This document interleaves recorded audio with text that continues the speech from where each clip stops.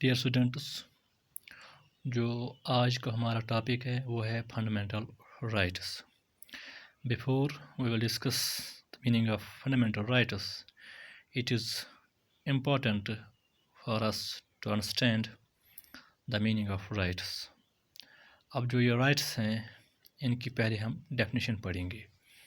Rights, social claims are conditions necessary for the personal development. अब क्या है ये सोशल क्लेम्स हैं या ये कंडीशंस हैं जो ज़रूरी होते हैं for the personal development of an individual. अगर कोई इंडिविजुअल अपनी पर्सनालिटी को डेवलप करना चाहता है तो उसके पास क्या होने चाहिए? राइट्स। तो यहाँ एक चीज़ है social claim. They are the claims toward society जिसमें एक इंडिविजुअल रहता है। इन सोशल क्लेम्स और इन कंडीशंस को जो नेसेसरी होते हैं फॉर द पर्सनल डेवलपमेंट, इनको हम क्या कहते हैं? राइट्स। अब उसके बाद है फंडामेंटल राइट्स। इनकी मीनिंग है क्या? Fundamental are basic for the development of a personality. ये फंडामेंटल है या बेसिक है किसके लिए? For the development of an individual. Means अगर कोई इंसान अपनी पर्सनालिटी को डेवलप करना चाहता है तो उस पर्सनालिटी की जो बुनियाद है वो किस पे है? फंडामेंटल राइट्स पे है।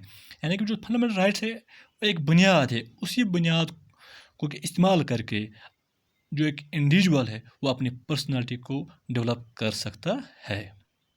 क्या है अब? फंडामेंटल और बेसिक किसके लिए? For the development of an individual.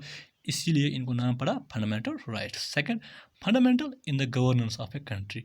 ये ज़रूरी है, फंडामेंटल है, बेसिक है किसके लिए? इन the governance of a country. किस तरह? तो ये फंडामेंटल राइट्स हैं, they put reasonable limitation on the powers of a government. एक रीजनेबल लिमिटेशन किसके? On the powers of government के। जो ये गवर्नमेंट होती है, जो आपके पास गवर्नमेंट होती है वो क्या करती है? वो इन फंडामेंटल राइट्स को वायलेट या कर्टेल नहीं कर सकती है।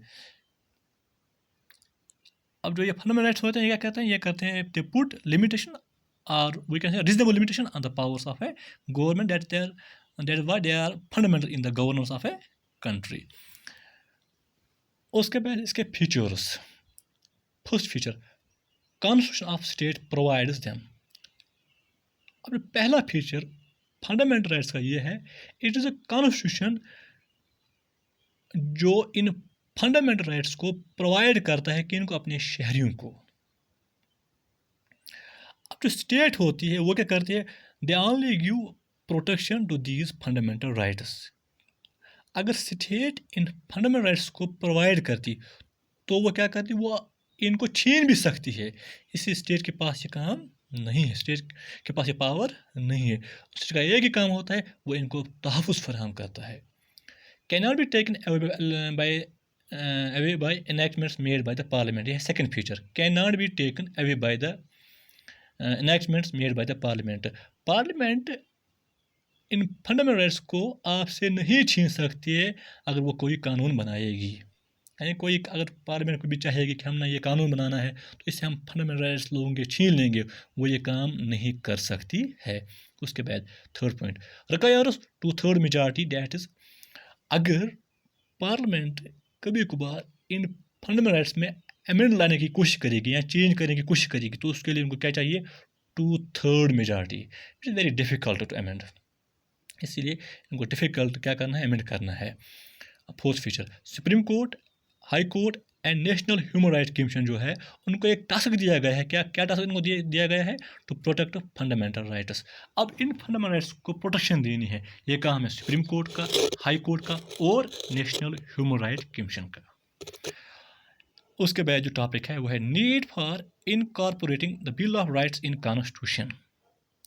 क्या ज़रूरत पड़ती है कि बिल ऑफ राइट्स को एक जगह देनी पड़ती है? किस में? कॉन्स्टिट्यूशन में। इसकी क्या ज़रूरत पड़ती है? पहले डिस्कस करेंगे बिल ऑफ राइट्स होता क्या है। जो ये बिल ऑफ राइट्स है, यह है चार्टर ऑफ राइट्स। एक चार्टर होता है, एक डॉक्यूमेंट होता है किसका? राइट्स का। In list all the rights, जिसमें एक लिस्ट होती है राइट्स की। अब उनको क्या करना है? Maintain and guaranteed in the constitution. In rights को मेंटेन, बरकरार रखता है और उसकी गारंटी आपको प्रोवाइड करता है कौन? कॉन्स्टिट्यूशन। उसके बाद नीड, क्यों हमें इसकी ज़रूरत पड़ती है कि बिल ऑफ राइट्स को जगह देनी पड़ती है या फंडामेंटल राइट्स को जगह देनी पड़ती है, कहाँ पे? कॉन्स्टिट्यूशन में। याद रखना, बिल ऑफ राइट्स जो है they are same as fundamental rights. India में इनको कहता है फंडामेंटल राइट्स और यूएस में क्या कहते हैं इनको? Bill of rights. Basic ingredients of the constitution, जो ये बिल ऑफ राइट्स हैं या फंडामेंटल राइट्स है, they are the basic elements of the constitution.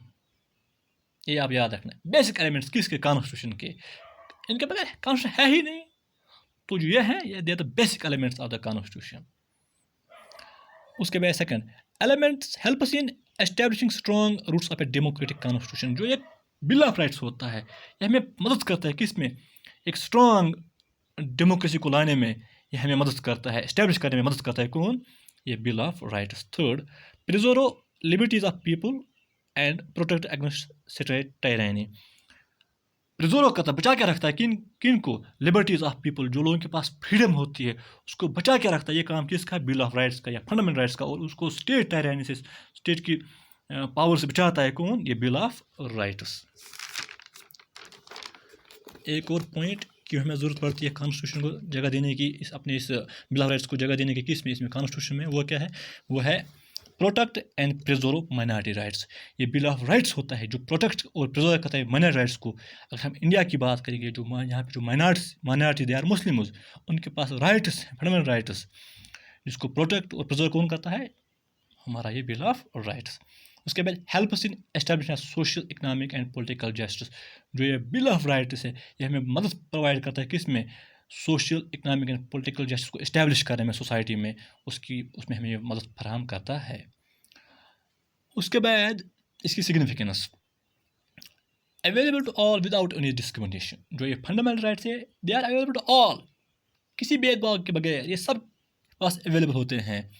चाहे वो मुस्लिम है, चाहे वो सिख है, चाहे वो हिंदू है, या विदाउट एनी डिस्क्रिमिनेशन, कोई डिस्क्रिमिनेशन नहीं होती है on the basis of caste, creed, colour, sex, ये हर एक के पास अवेलेबल होते हैं। उसके बाद part third from article 1235 deal with fundamental rights. ये याद रखना, part third of Indian constitution from article 12 to 35 deal with fundamental rights. और जो ये फंडामेंटल राइट्स है, they have been borrowed from US. ये भी आप याद रखना। Most important is it is justiciable, means you can go to court for their enforcement. आप कोर्ट जा सकते हो अगर किसी बॉडी या गवर्नमेंट ऑर्गेनाइजेशन ने आपके फंडामेंटल राइट्स वायलेट किए हैं। At that time you can go to court for their enforcement. Thank you.